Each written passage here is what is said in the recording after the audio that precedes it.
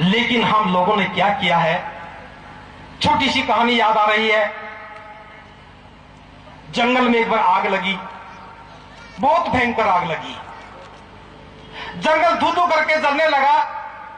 जंगल के सारे पशु भाग गए, सारे पक्षी उड़ गए, सभी अपनी अपनी जान बचाने लगे। जंगल को जलता हुआ देख करके एक चिड़िया के मन में करुणा जगी। चिड़िया से नहीं रहा गया, वह उड़कर नदी पर गई, चोंच में पानी भरा और आग पर डाला। फिर नदी पर गई, चोंच में पानी भरा, आग पर डाला। बार बार ऐसा करने लगी और इस प्रयास में आग और बढ़ गई। उस चिड़िया के पंख झुलस गए, लेकिन घायल चिड़िया फिर नदी पर गई, चोंच में पानी भरा और आग पर डाला। एक बंदर दूर बैठा हुआ देख रहा था। उसने चिड़िया से कहा, हे चिड़िया, तू पागल हो गई है, जंगल में भयंकर आग लगी है, तेरी चोंच में एक बूंद पानी आ रहा है, देख तेरे पंख भी झुलस गए हैं, तू मारी जाएगी। तेरी चोंच में आई हुई एक बूंद पानी से जंगल की आग को नहीं बुझा पाएगी। हे चिड़िया, पागल मत बन, मुझे देख, मैं आराम से बैठा हूं, उस आग की तप्तों से दूर बैठा हूं। अपना जीवन बचा, अपना जीवन बचा तो लाखों पाए। हे चिड़िया, आग में मत कूद। उस चिड़िया ने कहा, हे बंदर, मैं पागल नहीं हूं, मैं जानती हूं कि मेरी चोंच में एक बूंद पानी आ रहा है और मेरी एक बूंद पानी से जंगल की आग को नहीं बुझाया जा सकता। लेकिन याद रखना, एक दिन इस जंगल की आग का इतिहास लिखा जाएगा। हे बंदर, एक दिन इस जंगल की आग का इतिहास लिखा जाएगा और उस इतिहास में तेरा नाम गद्दारों की सूची में आएगा। और जब उस जंगल की आग के बुझाने का प्रयासों का जिक्र होगा तो मेरा नाम सोने के अक्षरों से लिखा जाएगा। यह कहकर के चिड़िया उड़ गई, नदी पर गई, फिर चोंच में पानी भरा और आग पर डाला। उसी समय एक हाथी दूर से सुन रहा था। उसने कहा, हे चिड़िया, तूने बंदर को क्या कहा, मुझे भी समझा दे, मेरी समझ में नहीं आया। चिड़िया रुकी और चिड़िया ने कहा, हे हाथी, इस जंगल को देख रहे हो, यह जंगल हमारा आश्रयदाता है। इन वृक्षों की छाया में हमने जीवन जिया है, इनके फल और फूलों को खा करके हमने भूख मिटाई है। आज ये हमारा जीवनदाता जंगल, आज ये हमारा आश्रयदाता जंगल जल रहा है।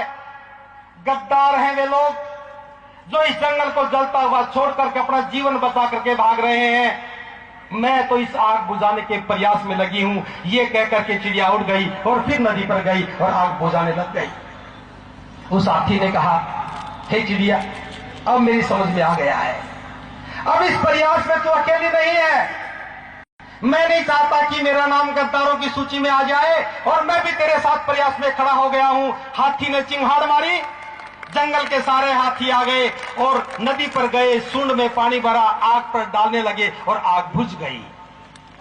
प्रिय उपासकों, ये जंगल की आग थी जो बुझ गई, लेकिन मेरी कहानी अभी खत्म नहीं हुई।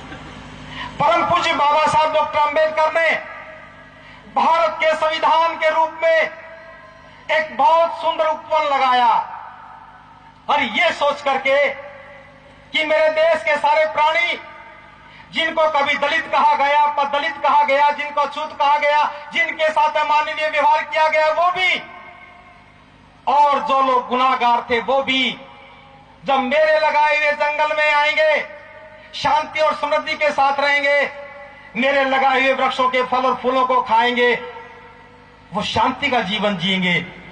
ये सोच करके बाबा साहब ने उस उपवन में ज्ञान के वृक्ष लगाए और ये सोच करके कि मेरे समाज के लोग आएंगे, ज्ञान के फलों को खाएंगे और विद्वान बन जाएंगे। और जब विद्वान बन जाएंगे तो वो अपने जीवन को अंधेरे से बाहर निकाल करके गुलामी की बेड़ियों को काट करके मुक्त हो जाएंगे। और मुक्ति का ख्वाब बाबा साहब ने देखा और भारत के संविधान में लिख दिया कि भारत का संविधान सभी लोगों की सुख समृद्धि में बराबर का हक देता है। बाबा साहब ने उसी उपवन में धन के वृक्ष लगाए, नौकरियों के रूप में, कारोबार के रूप में, ये सोचकर मेरे समाज के लोग ज्ञान के फल को खा करके विद्वान हो जाएंगे, तो वो अपनी विद्वता का उपयोग करते हुए इस देश के शासन और प्रशासन को चलाने के लिए उन्हें आवश्यकता होगी नौकरियों की। नौकरियां हमें मिली और नौकरियों से हमारे घर में धन आया। उस धन के उपयोग से हमने सुख और सुविधाएं खरीदी। हम देख रहे हैं कि जो लोग नौकरियों में आ गए उनके जीवन बदल गए, और जो लोग नौकरियों में नहीं आए उनके जीवन आज भी वैसे के वैसे हैं। तीसरा वृक्ष बाबा साहब ने लगाया राज का। जानते थे बाबा साहब कि रानी की कोख से पैदा होने वाला राजा बनता है। मेरे समाज ने तो आज तक किसी राजा के राज तिलक को भी नहीं देखा।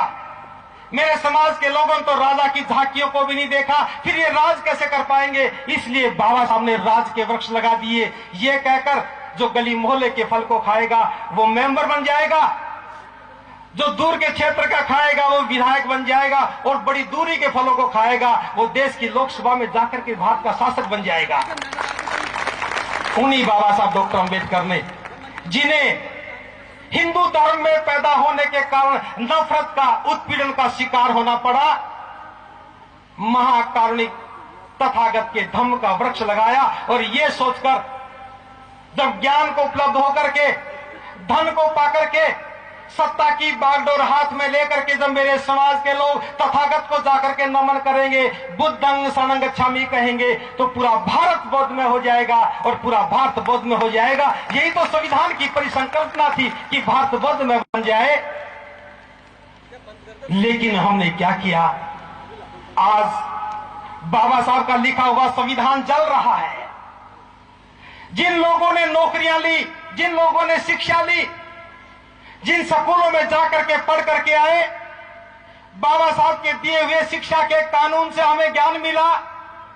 जिन लोगों ने ज्ञान लिया उन्होंने अपने बच्चे बाहर निकाल लिए, और आज सरकारी स्कूलों में ज्ञान की बजाय दलिया बढ़ता है।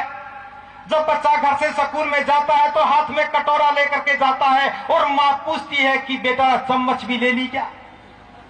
जब बच्चा स्कूल में जाता है, जब हम पढ़ते थे देखा करते थे कि मास्टर क्या पढ़ाएगा, और आज बच्चा देखता कि मास्टर जी क्या पकाएगा। और वही बच्चा घर में लौट करके आता तो माँ पूछती कि बेटा क्या खा करके आया, और बहुत सारी समझदार माँ तो ये भी पूछती है कि बेटा मेरे लिए भी लेकर के आया। गुनाहगार हैं वे लोग जो बाबा साहब के संविधान की वजह से ज्ञान को उपलब्ध हो गए, और ज्ञान को उपलब्ध होने के बाद अपने बच्चों को डॉक्टर इंजीनियर बना रहे हैं, विदेश में पढ़ने भेज रहे हैं। कैसे भूल गए कि हमारे समाज के बच्चों के हाथ में कलम और दवात की जगह कटोरे और चम्मच आ गए हैं। गद्दार हैं वे लोग जो अपने समाज के बच्चों के हाथ में कटोरा दे करके भी शर्म नहीं आती, और शास्त्रों को जाकर के नमन करते हैं, संविधान की गरिमा का ख्याल नहीं करते हैं। आज से 100 वर्ष पूर्व 23 मार्च 1913 में बाबा साहब को वजीफा मिला था। बड़ौदा के महाराज ने वजीफा दिया। जून के महीने में बाबा साहब विदेश गए, जुलाई में पहुंच गए थे। 100 वर्ष हो गए। बड़ौदा के महाराज के द्वारा दिया गया वजीफा जो मात्र 2 साल के लिए था, 25 रुपया महीना था, उस वजीफे को पाकर के बाबा साहब ने इतना ज्ञान हासिल किया। लेकिन बाबा साहब नहीं भूले कि मुझे वजीफा मिला, और मैं पैदा भी नहीं हुआ था, बाबा साहब ने मेरे नाम भी वजीफा कर दिया। हम सबको वजीफा मिला है। भारत के संविधान के कारण हम सबको वजीफा मिला। और मैं समझता हूं किसी का घराना उच्च रहा होगा, जिन्होंने किसी की गुलामियां की होंगी, हो सकता है कि वो तो समृद्ध रहे होंगे, लेकिन स्वाभिमानी लोग गरीब थे। हमें वजीफा ना मिला होता, मुझे नहीं मिला होता तो मैं भी डॉक्टर नहीं बनता, आपको नहीं मिला होता शायद आप भी ना पढ़ पाते। लेकिन हम लोग उस वजीफे को लौटाना भूल गए। हमें अपने बच्चे की फीस भरना याद रहता है, और अपने पड़ोस में रहने वाले बच्चे की फीस का हम कभी ख्याल नहीं करते। याद रखना, समाज कभी भूला नहीं करता। 18 मार्च 1956 को बाबा साहब आगरा में आए थे, तो उन्हीं बाबा साहब ने कहा था कि मुझे मेरे ही समाज के पढ़े लिखे लोगों ने धोखा दिया है। मैंने बड़ी मेहनत की थी, मैं सोचता था कि मैं अकेला पढ़ा लिखा हूं, अकेला पढ़ा लिखा होकर के इतना सारा काम कर रहा हूं। जिस दिन मेरे जैसे सैकड़ों डॉक्टर इंजीनियर आगे आएंगे, वो समाज का ख्याल करेंगे तो मेरा समाज तरक्की करेगा। लेकिन अफसोस है मुझे कि मुझे मेरे इस समाज के पढ़े लिखे लोगों ने धोखा दिया। और जब बाबा साहब ये बात कह रहे थे तो उनकी आंखों से आंसू गिर रहे थे। मैंने बाबा साहब की आंखों के आंसू को गिरते हुए नहीं देखा। मैं उस समय इस दुनिया में नहीं था, लेकिन आज भी उनकी आंखों से निकलने वाले आंसुओं को समझ पा रहा हूं। हम पढ़े लिखे लोगों ने बाबा साहब को उस वक्त भी धोखा दिया जब बाबा साहब थे, और बाबा साहब के जाने के बाद वो पीढ़ी भी चली गई, दुनिया से भी चली गई होगी। दूसरी पीढ़ी के लोग भी आए और वो भी बाबा साहब को धोखा देते रहे। अब तो तीसरी पीढ़ी के लोग भी आ गए हैं, लेकिन बाबा साहब की आंखों से निकलने वाले आंसुओं को कोई देख नहीं रहा है। गद्दार हैं वे लोग जो बाबा साहब के संविधान का आदेश पाकर के, छात्रवृत्ति पाकर के ज्ञान तो ले रहे हैं, लेकिन अपने समाज के बच्चों को ज्ञान देने का कोई काम नहीं कर रहे हैं। शिक्षा का वृक्ष जल रहा है। नौकरियां बाबा साहब ने दी ये सोच करके कि मेरे समाज के लोग आगे आएंगे, जिस भी कार्यालय में जाएंगे समाज के हकूकों की हिफाजत करेंगे, मेरे समाज के लोगों की सुरक्षा करेंगे, एक सैनिक की भांति योद्धा बन करके अधिकारों की पैरवी करेंगे। लेकिन आज अफसोस है मुझे ये कहते हुए, मेरे समाज का पढ़ा लिखा नौकरी करने वाला व्यक्ति सबसे बड़ा गुनाहगार हो गया।